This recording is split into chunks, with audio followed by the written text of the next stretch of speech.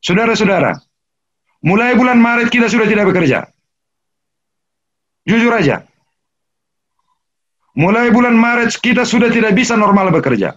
Gereja kita tidak bisa bergerak. Para pelayan kita tidak bisa bergerak.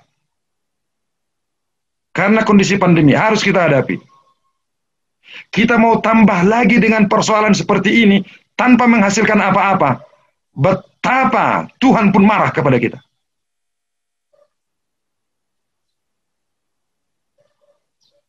Ini polemik tidak bisa dibiarkan berpanjang-panjang seperti ini. Aturan-peraturan itu dibuat hanya dalam rangka mengatur pelayanan kita. Misi kita tanpa aturan adalah memberitakan Kristus. Memberitakan Injil. Menggembalakan warga jemaat. Aturan itu dibangun supaya institusi ini berjalan dengan baik. Supaya berjalan dengan baik. Itu sebabnya aturan bisa diganti dan dirubah. Jadi jangan kehilangan arah kita sebagai gereja. Ini bukan organisasi politik, ini bukan organisasi kampung, tapi ini adalah gereja. Sekali roh kita sebagai gereja sudah hilang. Sekali Kristus tidak diikuti lagi, apapun kebenaran yang dibicarakan itu omong kosong. Itu omong kosong. Nah, oleh karena itu, saya berharap sense of crisis kita harus dihidupkan. Jemaat kita sudah banyak menderita. Banyak ketakutan. Siapa yang harus mendampingi mereka? Apa mereka sudah tahu semua ini, COVID-19 ini? Enggak juga. Seberapa besar kesadaran mereka masih rendah juga. Maka tugas kita yang utama sebenarnya bertarung menyelamatkan bangsa menjadi korban pandemi COVID-19. Itu tugas utama kita sekarang. Itu tugas utama kita sekarang. Nah, oleh karena itu yang kedua, berbicara tentang sinode Godang. Di Desember atau di bulan kapanpun, saya tidak bisa menjamin. Saya tidak berani menjamin. Harapan saya lebih cepat, lebih baik. Syaratnya hanya sederhana.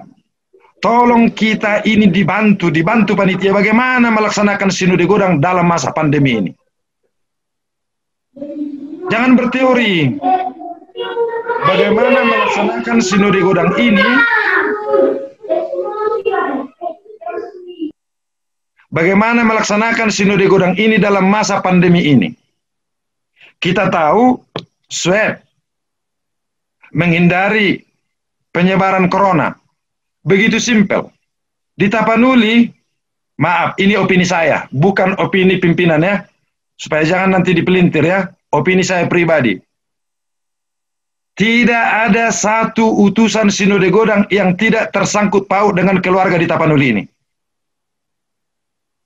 Maka saya percaya setiap utusan sinode Godang pasti akan mengunjungi keluarganya di Tapanuli ini. Apakah kita mau mengorbankan masyarakat Batak ini, orang Kristen Batak ini? Maaf, ini sekali lagi opini pribadi saya. Saya lebih cenderung tolong hindarilah Tapanuli ini kalau mau bersinode Godang. Sekali lagi maaf, ini hanya opini pribadi ya. Opini saya mencintai warga HKBP ini di Tapanuli ini. Saya sungguh-sungguh mencintai. Jika memungkinkan di satu pulau terisolir, ayolah kita lakukanlah. Siapa yang bisa bantu kita? Ayo kita bantu pengurus kita. Di tempat terisolir di satu pulau, semua memang tidak bisa bersentuhan dengan yang lain. Ayo.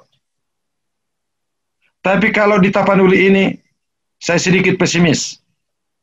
Karena itu bisa membuat penularan baru dan kita dengan sengaja mengorbankan saudara-saudara kita, mengorbankan jemaat kita. Jika boleh misalnya Pulau Sibandang dikosongkan, kita semua di sana bersinode silakan. Kenapa? Tidak boleh virtual. Tidak usah berteori banyak. Apa dasarnya? Mau berbicara tentang aturan, berbicara tentang dimisioner. Tidak ada dasarnya virtual, Bapak-Bapak. Dirubah dulu aturan itu. Dan nantilah itu di sinode Godang ini kita tawarkan satu pasal. Tadi sudah ada yang bilang revisi ya. Saya sangat setuju. Total harus direvisi itu. Salah satu dimasukkanlah itu. Karena apa? Bebas dan rahasia itu pemilihan. Itu sudah undang-undang kita di negara dan di gereja. Bebas dan rahasia itu. Bagaimana rahasia lewat virtual? Bagaimana rahasia? Dikawal dengan polisi di setiap rumah. Lalu polisinya bisa rahasia? Gak mungkin itu. Itu hanya masuk ke dalam satu kotak bilik rahasia. Jadi jangan terlalu banyak lah polemik-polemik seperti itu. Hanya ada satu yang mungkin. Ayo kita bersinode godang di satu tempat yang hanya kita memang terisolir. Benar-benar terisolir selama sinode godang itu tidak bersentuhan dengan masyarakat lain. Tidak bersentuhan dengan masyarakat lain. Marilah kita bantu ke situ. Jadi mereka yang mau cepat-cepat sinode godang, ayo kita percepat. Ayo kita percepat. Kita percepat. Seriously speaking, saya sudah mau bekerja lebih banyak lagi. Dalam kondisi sekarang ini tidak bekerja, betapa Tuhan tidak suka lihat kita. Tuhan tidak suka lihat kita. Terlalu banyak waktu kita terbuang, percuma. Jemaat kita terlantar. Saya tidak tahu apa hanya di Tapanuli ya. Di mana-mana ekonominya sudah terpapar, psikologinya terpapar, pertontonnya terpapar. Lihat anak-anak kita sekarang. Tidak bisa sekolah, tidak bisa ngumpul, tidak bisa sekolah minggu. Kenapa tidak peduli? Emangnya institusi ini menjadi eforce atau bisa menyelesaikan persoalan? Tidak juga. Jadi saya mengajak,